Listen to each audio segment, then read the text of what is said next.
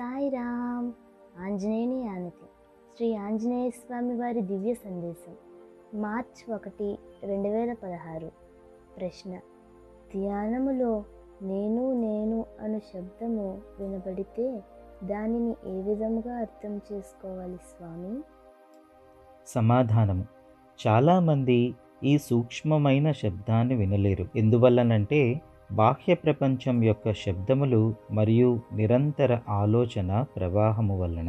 ఎవరిలోనైతే ఆలోచనలు అంతరించిపోతాయో వారు మాత్రమే ఆ శబ్దాన్ని వినగలరు.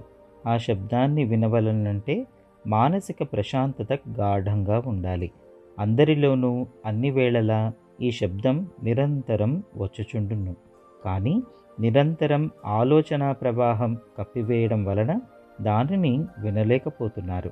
స్వామి చెబుతారు, నీ చెవులను కళ్ళను మూసుకొని లోపలికి దృష్టి పెడితే ఆ శబ్దం వినబడుతుంది అని. సాయిరామ్.